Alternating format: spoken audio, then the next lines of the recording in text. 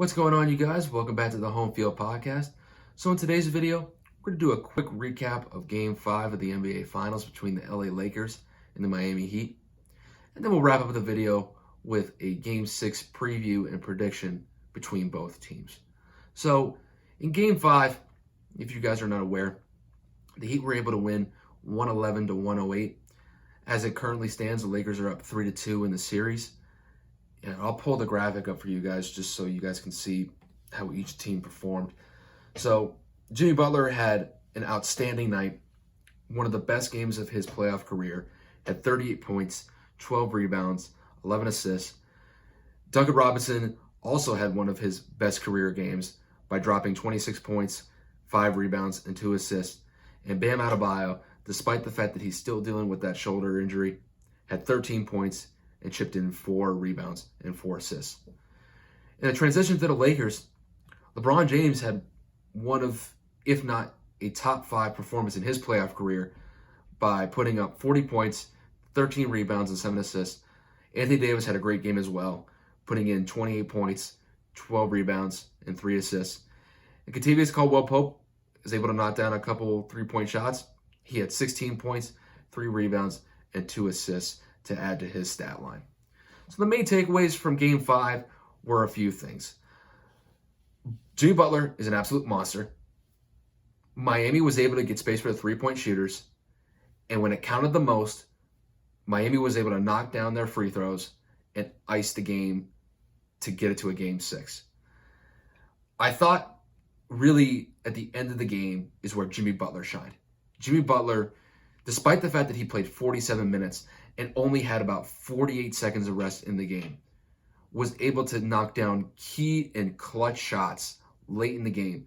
Whether he was driving into the lane to get a layup, even if he got fouled, he was going to the free throw line and knocking down his free throws. And then on top of that, he would drive, he may post up for a dribble or two, and then hit a 16 to 18 foot fadeaway. And it was money every time in the fourth quarter. And the Lakers had no answer against it. And then if you pair that with what Duncan Robinson did, Duncan Robinson probably had the game of his life by knocking down 6 to 7 threes in that game.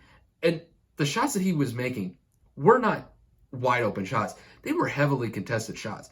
He even knocked down a shot where Kyle Kuzma is draped all over him.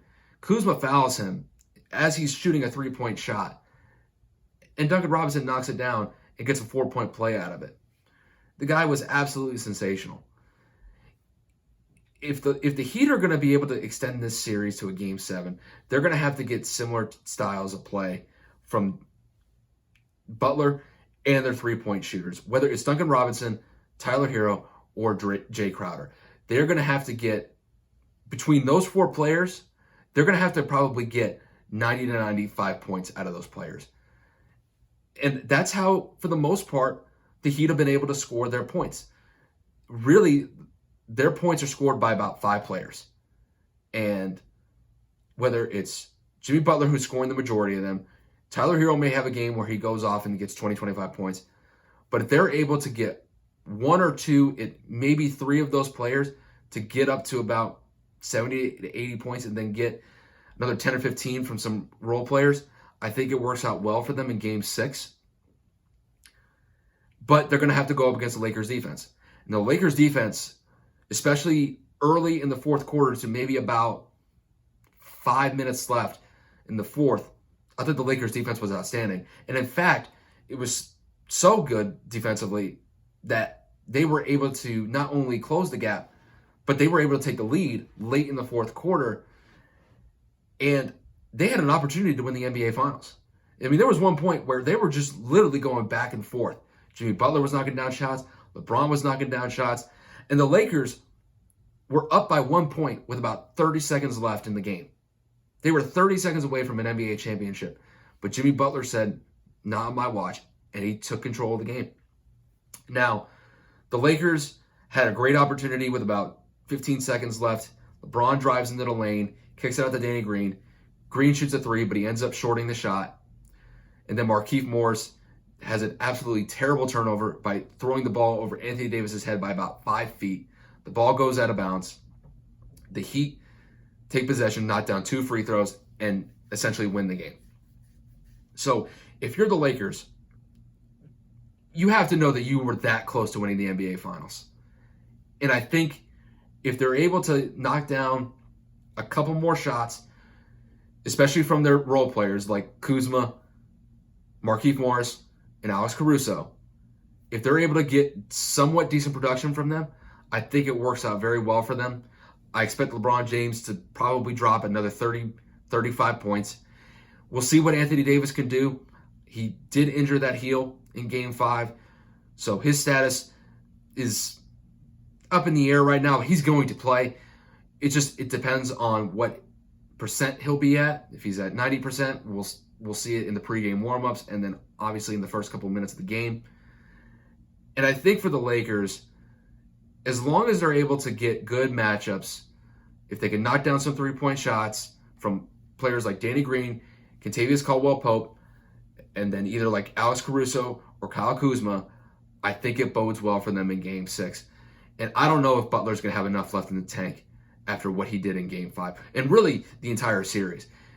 He's played over 40 minutes in every game this series, and damn near played the entire game in Game 5. I expect him to do the same, and I just don't expect him to give up in any situation. If they're down, he is going to will that team back in any way that he can. He's not gonna go down without a fight. And at this point, you have to kind of tip your cap. You have to tip your cap to Jimmy Butler in that sense, because that guy is as real as it comes. He will not give up on that team. So to move on to the prediction here, I think this is going to be a very close game. I think it's going to be really about a 5 or 6 point game for about 75 to 85% of the game. There may be a point where one team gets a double-digit lead, but I expect that other team to make a run to close a deficit, or maybe even take the lead for a little bit. But this series has been anything but a blowout. Outside of Game 1, where that game was just a runaway for the Lakers, every game has been super competitive, close, and really exciting to watch. I expect nothing different in Game 6. I think the end score is going to probably be somewhere around like 115 to 111, 110. I think, though, in this game, I think the Lakers close it out. I think LeBron ends up having an absolutely spectacular night and is able to just get the Lakers past the Heat. I think Jimmy Butler's going to play the entire game. Don't be surprised if Duncan Robinson or Tyler Hero have standout games just from the three-point shots that they can make. But I think the Lakers defense at the end of the game is going to be just enough to get them by. And I think the Lakers win 115 to 110. That'll be LeBron James's 4th ring. And it'll be the Lakers' first title in 10 years since Kobe Bryant and the Lakers won against the Celtics back in 2010. So with all that said, that's where I have this game going. And really, to be honest with you, it could go either way. And the Heat definitely have the team to push this series to a Game 7. It's just I think the Lakers are going to get it done here.